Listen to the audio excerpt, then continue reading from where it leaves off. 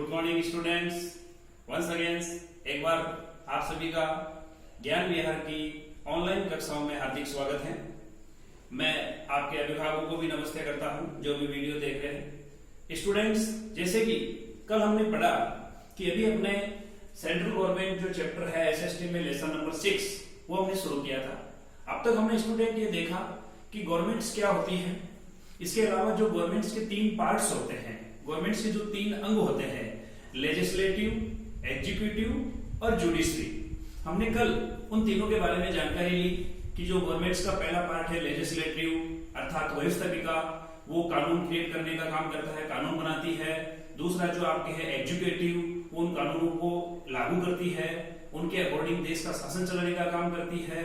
और जो third part है गवर्नमेंट्स का जुडिशरी, वो बहुत इंपॉर्टेंस है, वो जस्टिस या न्याय करने का काम करती है, कॉन्स्टिट्यूशन की हेल्प करती है। अगर गवर्नमेंट्स कॉन्स्टिट्यूशन के अकॉर्डिंग वर्क नहीं कर रही है तो गवर्नमेंट्स के वर्क पर भी वो रोक लगा सकती है। तो इस प्रकार से स्टूडेंट्स 3 जो पार्ट्स हैं गवर्नमेंट्स के वो अपने इस चैप्टर्स के अंदर हैं। अब उनके अंदर हमने कल देखा कि सबसे जो पहला पार्ट है लेजिस्लेटिव, जिसका काम कानून क्रिएट करना होता है, लॉ क्रिएट करना होता है। तो अपने इंडिया की अगर हम बात करें तो भारत की जो लेजिस्लेटिव है, भारत की जो व्यवस्थापिका है सेंट्रल, उसको यूनियन जो लेजिस्लेटिव, उसको पार्लियामेंट के नाम से जाना जाता है, अर्थात उसको संसद के नाम से जाना जाता है। और जो इंडियन पार्लियामेंट है जो दिल्ली के अंदर स्थित है, उसके 2 हाउस हैं, एक अपर हाउस और एक लोअर हाउस। लोअर हाउस को हम लोकसभा कहते हैं और अपर हाउस को हम राज्यसभा कहते हैं। तो आज हम स्टूडेंट्स पार्लियामेंट के जो आपके लोअर हाउस है लोकसभा, उसके बारे में हम स्टडी करेंगे। आपके सिलेबस के अकॉर्डिंग ऑर्गेनाइजेशन ऑफ लोकसभा एक क्वेश्चन बनता है। जैसे कि मैंने आपको शुरू में चैप्टर स्टार्ट करने से पहले बताया था कि बोर्ड के अंदर आपके इस लेसन में से, इस पार्ट में से 7 मार्क्स का एक ऐसे टाइप क्वेश्चन आएगा। तो अपने इस चैप्टर के अंदर पहला जो क्वेश्चन है वो बनता है ऑर्गेनाइजेशन ऑफ लोकसभा, अर्थात लोकसभा की रचना और संगठन। तो लोकसभा के बारे में इस प्रकार के बड़े क्वेश्चंस को करने से पहले, जैसे कि आपके इसके जो 6 पॉइंट्स हैं, इनके आधार पर हम इस क्वेश्चंस को करेंगे। तो सबसे पहले आपको लोकसभा के बारे में जनरल जो बेसिक जानकारी है वो देनी है। स्टूडेंट, जैसे कि आप देखें कि लोकसभा इज द फर्स्ट और lower house of the parliament. It is also called popular house because its members are directly elected by peoples. Means जो लोकसभा है वो हमारी पार्लियामेंट का लोअर यानी निम्न हाउस है, निम्न सदन है। इसके अलावा ये इसका प्रथम सदन भी है और जो लोकसभा है उसको पॉपुलर हाउस के नाम से भी जाना जाता है। मींस इसको लोकप्रिय सदन भी कहते हैं। बिकॉज क्योंकि लोकसभा के जो मेंबर्स होते हैं वो डायरेक्ट सीधे पब्लिक्स जनता के द्वारा चुने जाते हैं। तो इस प्रकार से ये लोकसभा की बेसिक जानकारी होगी कि जो पार्लियामेंट का जो निम्न हाउस है, निम्न सदन है, वो लोकसभा है और इसके जो सदस्य हैं वो जनता के द्वारा डायरेक्ट चुने जाते हैं। इसीलिए इसको पॉपुलर या लोकप्रिय सदन के नाम से भी जाना जाता है। स्टूडेंट्स, लोकसभा हो या राज्यसभा, इसका जो मेंबर्स होता है उसे हम MP means member of parliament और हिंदी में हम इसको सांसद के नाम से जानते हैं। इस चीज का आप ध्यान दें। अब अगर हम देखें तो फॉर्मेशन के अंदर या ऑर्गेनाइजेशन के अंदर सबसे जो पहला बिंदु है numbers of members. Numbers of members means सदस्यों की संख्या। स्टूडेंट्स, यहाँ पे आपको ध्यान देना है कि अपना जो ओरिजिनल कॉन्स्टिट्यूशन था, जो अपना मूल संविधान था, उसके अंदर लोकसभा के मेंबर्स की टोटल जो संख्या है, टोटल डिजिट जो है 500 फिक्स की गई। कितनी थी? 500। ये अपने ओरिजिनल कॉन्स्टिट्यूशन के अकॉर्डिंग थी, लेकिन बाद में टाइम टू टाइम इसके मेंबर्स में इंक्रीज होता गया। और अगर हम 8% की बात करें तो 8% लोकसभा के अंदर टोटल मेंबर्स की जो संख्या है वो 545 है। यहां पर आपको ये ध्यान देना है कि अभी वर्तमान में कॉन्स्टिट्यूशन के अकॉर्डिंग लोकसभा की मैक्सिमम अधिकतम जो मेंबर्स हैं वो 552 हो सकती है। स्टूडेंट रिमेंबर्स, अभी 552 नहीं है लेकिन 552 अधिकतम हो सकती है। अगर ये 552 होती है तो इसमें 530 जो अपने राज्य हैं, स्टेट, उनसे 20 जो केंद्र शासित प्रदेश हैं और 2 होते हैं प्रेसिडेंट के द्वारा नॉमिनेट। ये जो 550 है ये तो इलेक्टेड होंगे, चुने जाएंगे, और 2 जो है वो नॉमिनेट होते हैं बाय प्रेसिडेंट। आपको यहाँ पे स्टूडेंट ध्यान रखना चाहिए कि पार्लियामेंट में जो लोअर हाउस है लोकसभा, उसमें प्रेसिडेंट 2 मेंबर्स को जो एंग्लो इंडियन होते हैं उनको नॉमिनेट कर सकता है, और जो राज्यसभा है आपके दूसरा हाउस, उच्च सदन जिसको कहते हैं, उसके अंदर प्रेसिडेंट 12 मेंबर्स को नॉमिनेट कर सकता है, जिनको इलेक्शन लड़ने की जरूरत नहीं होती और सीधा ही प्रेसिडेंट उनको सदस्य या मेंबर्स बना देता है। तो यहाँ पर स्टूडेंट अभी जो लोकसभा की अपने 545 जो डिजिट है उसमें 530 स्टेट से, राज्यों से, 13 आपके केंद्र शासित जो है और 2 हो गए आपके प्रेसिडेंट के द्वारा। इस तरह से 545 होती है। तो नंबर्स ऑफ मेंबर्स में आपको 3 डिजिट लर्न रखनी है कि ओरिजिनल कॉन्स्टिट्यूशन में 500 थी, 8% 545 और मैक्सिमम जो है वो 552 हो सकती है। इस प्रकार से अपना जो पहला बिंदु है वो स्टूडेंट्स क्लियर हो जाता है। उसके बाद में इलेक्शन, चुनाव। यहां पर सबने को ये समझना है कि लोकसभा के मेंबर्स जो होते हैं, सदस्य जो होते हैं, उनका इलेक्शन कैसे होता है। तो यहाँ पर स्टूडेंट आपको ध्यान देना है कि लोकसभा के मेंबर्स को, जैसा कि मैंने आपको भी पहले बताया कि इसको पॉपुलर हाउस भी कहते हैं, because its members are directly elected by people, public. Lok Sabha के जो मेंबर्स होते हैं वो पब्लिक के द्वारा, जनता के द्वारा डायरेक्ट चुने जाते हैं।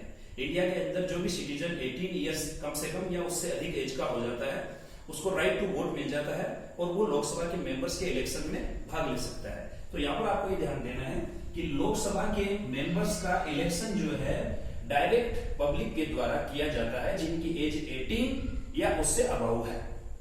स्टूडेंट, अपने इंडिया के अंदर वोटिंग की एज पहले 21 इयर्स थी, लेकिन 1989 के अंदर जो 61वां कॉन्स्टिट्यूशन अमेंडमेंट था उसके द्वारा 21 से इसको कम करते हुए 18 इयर्स कर दिया गया। 8% वोटिंग की जो एज है मिनिमम वो 18 इयर्स है। उसके बाद स्टूडेंट जो थर्ड पॉइंट्स हैं वो है qualification of members. Qualification of members का मतलब है कि लोकसभा का सदस्य बनने के लिए क्या क्या क्वालिफिकेशंस मींस क्या क्या योग्यताएं होनी चाहिए। तो यहां पर अपने को ये ध्यान रखना है स्टूडेंट्स कि सबसे पहले तो इंडियन सिटीजन होना चाहिए, भारत का नागरिक होना चाहिए।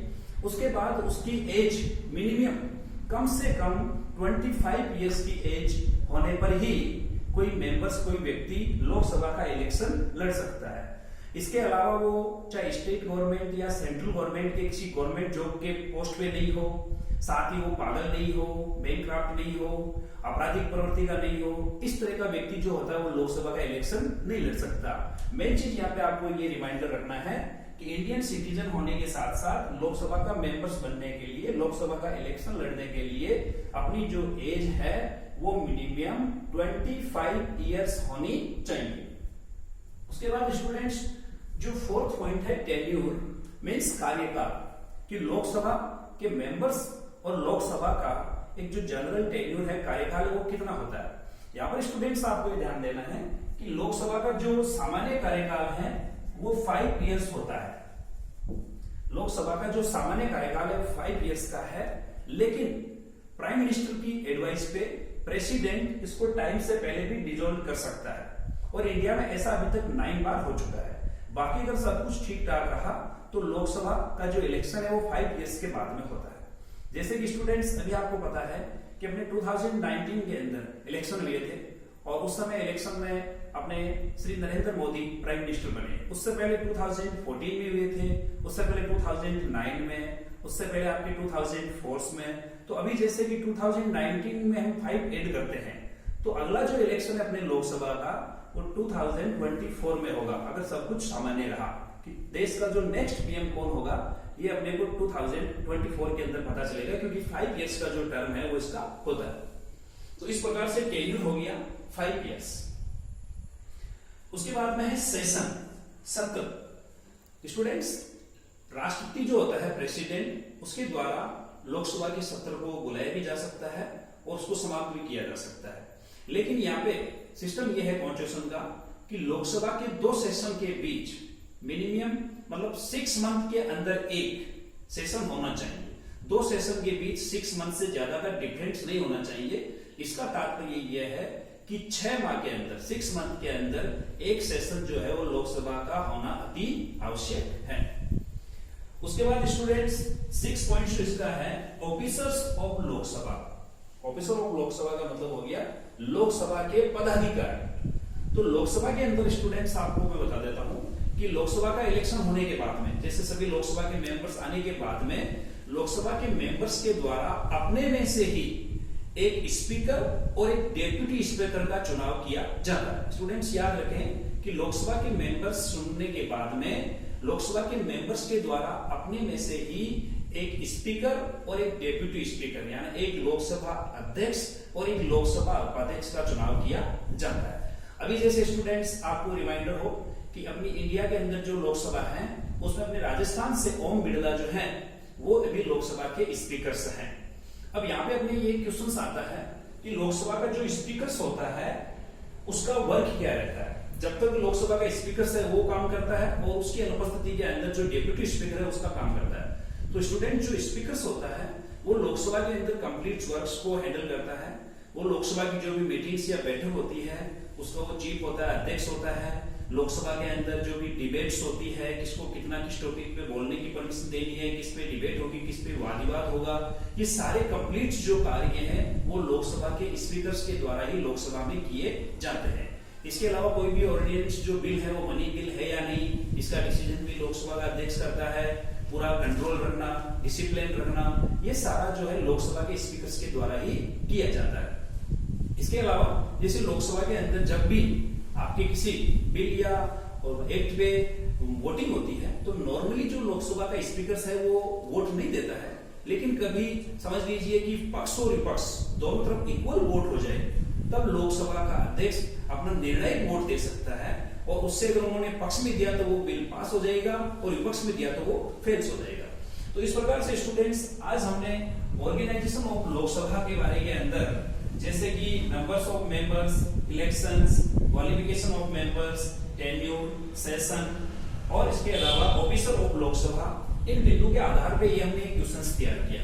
यहाँ पे स्टूडेंट आपको ये ध्यान रखना है कि जैसा कि अपने ऐसे टाइप क्वेश्चन आता है तो 6 पॉइंट्स कंप्लीट होने के बाद में आपको लास्ट के अंदर 3 से 4 लाइन के अंदर एक कंक्लूजन जो इसका निष्कर्ष ये लिखना है कि हम इस प्रकार से बता सकते हैं कि जो लोकसभा है, वापस लोकसभा के बारे में 3-4 लाइन के अंदर क्वेश्चन को अच्छे से क्लोज करना है कि इंडियन जो पार्लियामेंट है ये उसका एक पॉपुलर और लोअर हाउस है और ये बहुत ही इंपॉर्टेंस रोल इसका इंडिया के अंदर रहता है, चाहे रूल्स रेगुलेशन क्रिएट करने हो, दूसरी प्रकार की चीजें हो, इसके अंदर लोकसभा बहुत ही महत्वपूर्ण भूमिका निभाती है। तो इस प्रकार से स्टूडेंट्स आज हमने ऑर्गेनाइजेशंस ऑफ लोकसभा का जो क्वेश्चन है उसको कंप्लीट किया। नेक्स्ट क्लास के अंदर हम लोकसभा के पावर्स और फंक्शन के बारे में पढ़ेंगे। मैं आशा करता हूं कि ज्ञान विहार के द्वारा जो आपके ऑनलाइन साइंस क्लासेज चलाई जा रही है आप उसका फायदा उठा रहे हैं, लाभ उठा रहे हैं। मैं आपसे यहाँ पर ये निवेदन करूंगा कि आपको जिस भी सभी विषय के अंदर जो पढ़ाया जा रहा है आप एक रजिस्टर के अंदर इनको नोट्स करते रहें और आप अपनी स्टडी जारी रखें, क्योंकि आप कक्षा 10 के विद्यार्थी हैं तो एक एक दिन आपके लिए कीमती है। तो अंत के अंदर मैं आप सभी को नमस्कार बोलता हूँ। धन्यवाद।